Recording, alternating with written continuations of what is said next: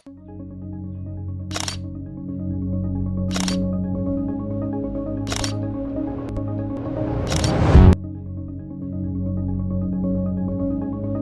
वालेकुम बच्चों, क्या हाल चाल है? सब ठीक ठाक हैं?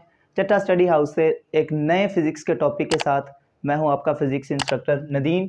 आज का जो हमारा टॉपिक है वो फ़िज़िक्स का बहुत ही एक बेसिक टॉपिक है। फ़िज़िक्स में आप लोगों ने बहुत से कॉन्सेप्ट्स पढ़े होंगे, उनमें एक बड़ा ही बेसिक कॉन्सेप्ट है फ़ोर्स का, कि फ़ोर्स क्या होती है जी।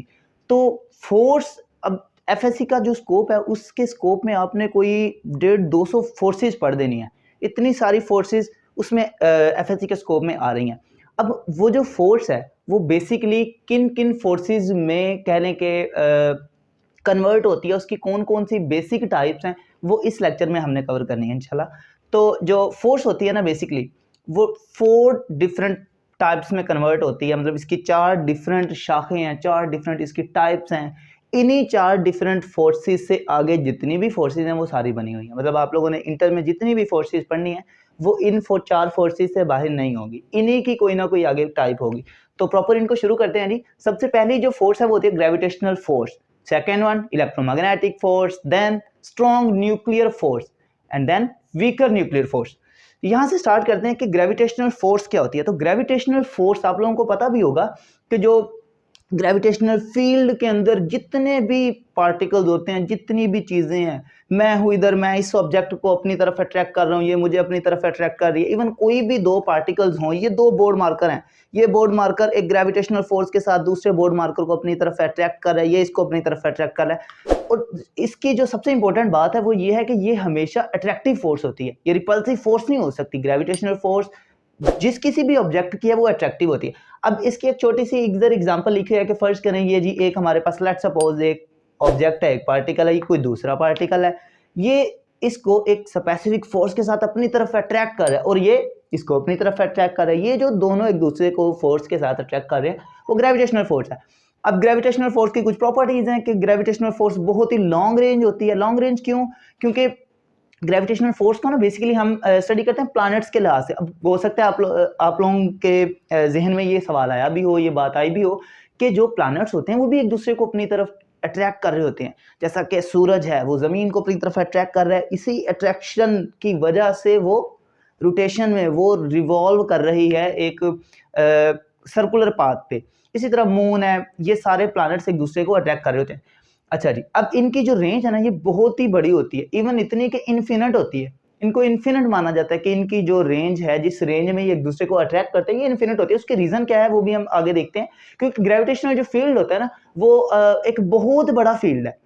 अर्थ के अराउंड या किसी भी और प्लैनेट का जो फील्ड होता है ग्रेविटेशनल फील्ड वो बहुत लॉन्गेस्ट और बहुत बड़ा होता है। उसके अंदर जितने भी पार्टिकल्स है वो एक दूसरे को अट्रैक्ट कर रहे हैं। इस वजह से हम कहते हैं कि ये बहुत ही लॉन्गेस्ट फोर्स है, इसकी जो रेंज है वो बहुत ही लॉन्ग है। इस वजह से मैंने इन्फिनिटी लिख दिया। अब ये जो वीकेस्ट फोर्स इन दी नेचर लिखा हुआ है, weakest force in the nature, it means कि ये वर्ल्ड की, ये नेचर की सबसे कमजोर तरीन फोर्स है। अब यहाँ पे आपके जहन में एक क्वेश्चन आएगा कि अगर ये सबसे वीकेस्ट फोर्स है तो जो प्लैनेट्स एक दूसरे को अट्रैक्ट कर रहे हैं, प्लैनेट्स एक दूसरे को अट्रैक्ट करते हैं, इतनी एक लेवल तक अट्रैक्ट करते हैं कि वो एक दूसरे के अराउंड रिवॉल्व करने लग जाते हैं। अब वहां पे तो ये वीक नहीं होती। असल में ये जो ग्रेविटेशनल फोर्स है ना ये ऑब्जेक्ट टू ऑब्जेक्ट वेरी करती है। अगर ऑब्जेक्ट का मास कम है, अब ये है, ये दोनों एक दूसरे को बोर्ड मार्कर्स अट्रैक्ट कर रहे हैं, लेकिन इतना अट्रैक्ट नहीं कर रहे कि ये एक दूसरे के साथ स्टक हो जाए, क्योंकि इनका मास बहुत ही कम है। अब यहाँ पे जो ग्रेविटेशनल फोर्स है वो बहुत ही वीक है एज कम्पेयर टू यहाँ पे अगर 2 प्लैनेट्स होते तो वो एक दूसरे को एक वेरी स्ट्रॉन्ग फोर्स के साथ अट्रैक्ट कर रहे होते। ठीक है, तो ये एक लार्ज रेंज फोर्स है और वीक फोर्स है, नेचर में सबसे वीकेस्ट फोर्स है कहने। Next one is electromagnetic force. Electromagnetic force नाम से जाहिर है कि जिसमें हमने इलेक्ट्रोमैग्नेटिक हम एक टाइप भी पढ़ चुके हैं कि जिसमें हमने चार्जेस को स्टडी करना होता है। तो जो डिफरेंट चार्जेस होते हैं वो भी एक दूसरे को अट्रैक्ट कर रहे होते हैं। जैसे ये एक प्लस चार्ज है, लेट सपोज ये भी एक प्लस चार्ज है, तो क्या 2 सेम चार्जेस एक दूसरे को अट्रैक्ट करते हैं? नहीं नहीं, बिल्कुल भी नहीं। ये 2 जो सेम चार्जेस होते हैं ये एक दूसरे को रिपेल करते हैं। जैसे ये एक प्लस चार्ज है, ये भी एक प्लस चार्ज है, ये दोनों एक दूसरे को रिपेल कर रहे हैं नो डाउट, लेकिन है तो एक फोर्स के साथ ही रिपेल कर रहे हैं। ये जो फोर्स है ये इलेक्ट्रोमैग्नेटिक फोर्स है। इसी तरह एक प्लस चार्ज है, एक नेगेटिव चार्ज है, ये दोनों एक दूसरे को अट्रैक्ट करेंगे। यहाँ पे जो फोर्स है वो इलेक्ट्रोमैग्नेटिक नेगेटिव को अट्रैक्ट रिपेल करते हैं। और ये लॉन्ग रेंज फोर्स होती है, क्योंकि चार्जेस जो हैं ये भी कंसिडर किए जाते हैं कि चार्जेस भी बहुत दूर दूर से एक दूसरे को अटैक कर सकते हैं, क्योंकि इनका जो इलेक्ट्रिक फील्ड होता है वो भी काफ़ी स्ट्रॉन्ग होता है, काफ़ी बड़ा होता है। इस वजह से इसको भी कहा जाता है कि ये भी एक लॉन्ग रेंज फोर्स है as compare to these ones. ठीक है, अच्छा जी, one of the strongest force, ये बहुत ही एक ताकत और बहुत ही एक स्ट्रॉन्ग फोर्स होती है। आप लोगों ने सुना भी होगा कि पॉजिटिव चार्ज और एक नेगेटिव चार्ज हैं वो एक दूसरे को अट्रैक्ट करते हैं, तो वो एक दूसरे के करीब करीब भी पहुंच जाते हैं। जैसा कि एक मैग्नेट होता है, वो किसी दूसरे मैग्नेट को, किसी दूसरे कह लें कि मेटल को भी अपनी तरफ अट्रैक्ट कर जाता है, वो इतनी जोर से अट्रैक्ट करते हैं कि वो स्टक हो जाते हैं। तो ये एक बहुत ही स्ट्रॉन्ग फोर्स है। ठीक है, और एक बात बड़ी इंपॉर्टेंट कि इन दोनों फोर्सेस के लिए, ग्रेविटेशनल फोर्स, इलेक्ट्रोमैग्नेटिक फोर्स के लिए, कोई भी मीडियम अगर ना भी हो तो फिर भी ये अट्रैक्ट करते हैं। अगर कोई अगर कोई एयर या कोई भी और मीडियम है तो ये अट्रैक्ट करेंगे, अगर नहीं है तो भी अट्रैक्ट करेंगे या रिपेल करेंगे। ठीक है, नेक्स्ट है जी strong nuclear force. Nuclear force पहले समझ लें क्या होती है। न्यूक्लियर फोर्स होती है कि न्यूक्लियस के अंदर जितने भी उसके पार्टिकल्स हैं उन सब ने एक दूसरे को एक फोर्स के साथ अट्रैक्ट करना है। वो जो फोर्स है वो स्ट्रॉन्ग न्यूक्लियर फोर्स कहलाती है। अब ये कैसे है, जैसे फर्ज करें ये एक न्यूक्लियस है, न्यूक्लियस में आप लोगों को पता है प्रोटॉन्स और न्यूट्रॉन्स होते हैं। तो ये डिफरेंट प्रोटॉन्स और न्यूट्रॉन्स, प्रोटॉन को पी से और न्यूट्रॉन्स को एन से मैंने जाहिर किया यहाँ पे, ये डिफरेंट प्रोटॉन्स और न्यूट्रॉन्स एक ही न्यूक्लियस के अंदर मौजूद है। ठीक है जी, अब ये होता क्या है, प्रोटॉन को तो रिपेल करेगा, क्योंकि प्रोटॉन पॉजिटिव चार्ज होता है, एक पॉजिटिव चार्ज दूसरे पॉजिटिव चार्ज को रिपेल करेगा। लेकिन यहाँ पे एक बड़ी इंपॉर्टेंट बात है कि जब एक न्यूक्लियस के अंदर एक प्रोटॉन और न्यूट्रॉन होते हैं तो ये कुछ इसी तरह से है कि जैसे एक कह लें कि एक झोंपड़ी है, उसके अंदर ही एक बाप के डिफरेंट बेटे हैं, तो वो क्या करता है, अपने बच्चों को मिला के रखता है, उनको कहता है इकट्ठे रहो। बिल्कुल इसी तरह से न्यूक्लियस ने प्रोटॉन और न्यूट्रॉन को कहना है इकट्ठे रहो, एक दूसरे को एक फोर्स के साथ अट्रैक्ट करो और मिलजुल के रहो। यहाँ पे ये प्रोटॉन को न्यूक्लियस के अंदर जो है एक शॉर्ट रेंज में न्यूक्लियस के अंदर प्रोटॉन को अट्रैक्ट करता है, न्यूट्रॉन को भी अट्रैक्ट करता है, इवन प्रोटॉन न्यूट्रॉन को भी अट्रैक्ट करता है। यहाँ पे ये बात मैटर नहीं करती कि यहाँ पे प्रोटॉन है या यहाँ पे क्या है, यहाँ पे चार्ज जो है उससे इंडिपेंडेंट होती है ये वाली फोर्स। ये जो स्ट्रॉन्ग न्यूक्लियर फोर्स है जो न्यूक्लियस के अंदर है वो इंडिपेंडेंट ऑफ चार्ज है, कि उसमें ये बात डिपेंड नहीं कर रही कि प्रोटॉन है या प्रोटॉन न्यूट्रॉन है। और ये सारी फोर्सेस इक्वल होती हैं, क्योंकि एक ही रेंज के अंदर, एक ही न्यूक्लियस के अंदर सारी फोर्सेस हैं, और ये प्रोटॉन को खींच रहा है, प्रोटॉन न्यूट्रॉन को भी अट्रैक्ट कर रहा है, न्यूट्रॉन सेकंड न्यूट्रॉन को भी अट्रैक्ट कर रहा है। तो ये सारी अट्रैक्टिव फोर्सेस होती हैं जो कि न्यूक्लियस के अंदर हैं और ये चार्ज के इंडिपेंडेंट होती हैं और ये सारी इक्वल होती हैं। अच्छा, ये शॉर्ट रेंज फोर्स है। शॉर्ट रेंज फोर्स क्यों है, क्योंकि न्यूक्लियस तो बहुत छोटा होता है ना, हम प्रोटॉन को देख सकते हैं ना न्यूट्रॉन को, ये इतना छोटा होता है। तो इस वजह से अब एक छोटे से पार्टिकल, एक प्रोटॉन ने दूसरे छोटे पार्टिकल प्रोटॉन को ही अपनी तरफ अट्रैक्ट करना है। जब ये इतना छोटा है तो डेफिनेटली इनके दरमियान जो एक न्यूक्लियस है, यहाँ पे जो इन दोनों का रेडियस है ये भी तो डेफिनेटली बहुत स्मॉल होगा, क्योंकि न्यूक्लियस भी बहुत छोटा है। तो इनकी जो रेंज होती है वो बहुत ही स्मॉल होती है, 10⁻⁻5 मीटर्स की रेंज में ये फोर्स अट्रैक्ट करती है, ये फोर्स लगती है। लास्ट है जी weaker nuclear force. Weak nuclear force, ये भी न्यूक्लियर फोर्स है, इसके ज्यादा डिटेल में जाने की जरूरत नहीं है। आप लोगों का जो इंटर का स्कोप है वो इन तीनों फोर्सेस से कवर हो जाएगा। जितने भी फोर्सेस आप लोगों ने पढ़नी है वो इन तीनों फोर्सेस से बाहर नहीं जाएंगी। ये भी एक फोर्स होती है। बहरहाल इसकी मजीद ज्यादा डिटेल में हम नहीं जा रहे, क्योंकि ये आप लोगों के स्कोप से बढ़ के है, आपके ऊपर से बैचलर लेवल पे, इस वजह से आपको इसकी ज्यादा डिटेल में समझ भी नहीं आएगी। सिंपल आप लोग ये समझ लें कि ये शॉर्ट रेंज फोर्स होती है। अब शॉर्ट रेंज फोर्स क्यों होती है, उसकी रीजन ये नीचे पहले लिखी हुई है। It is only in radio active emissions.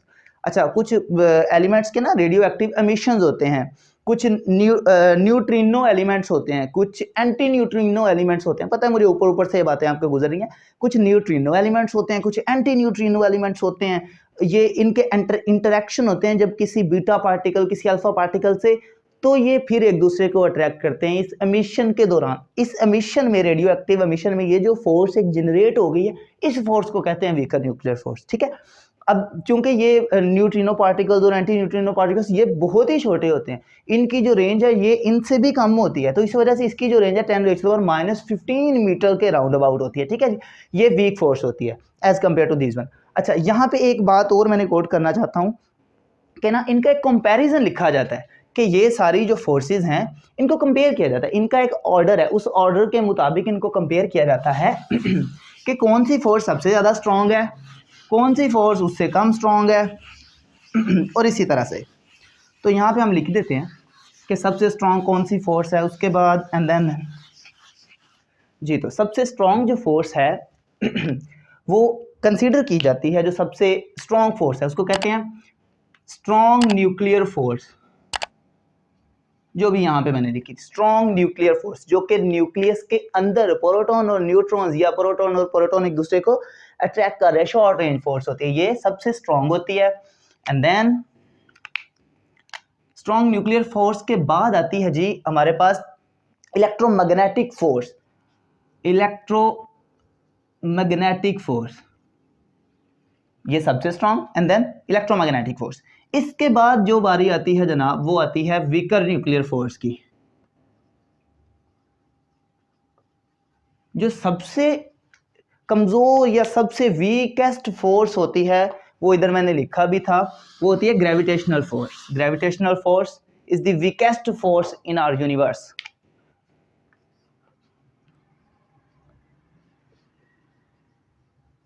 जी, तो सबसे strong force strong nuclear force, then electromagnetic force, उसके बाद वीकर न्यूक्लियर फोर्स, और सबसे जो वीक फोर्स है वो ग्रेविटेशनल फोर्स। अब यहाँ पे ना एक ऑर्डर लिखा जाता है, ये वाली जो फोर्स है ये इससे कितनी स्ट्रॉन्ग है, देन ये इससे कितनी स्ट्रॉन्ग है, और ये वाली फोर्स लास्ट वाली से कितनी स्ट्रॉन्ग है, या ये इससे कितनी कम है। तो यहाँ पे एक ऑर्डर यूज किया जाता है, यहाँ पे 10⁻⁻²।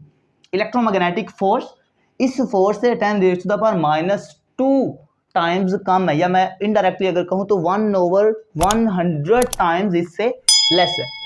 उसके बाद ये वाली जो है जी इसको लिखा जाता है 10⁻⁻8 कि ये जो फोर्स है ये इससे 10⁻⁸ टाइम्स लेस है।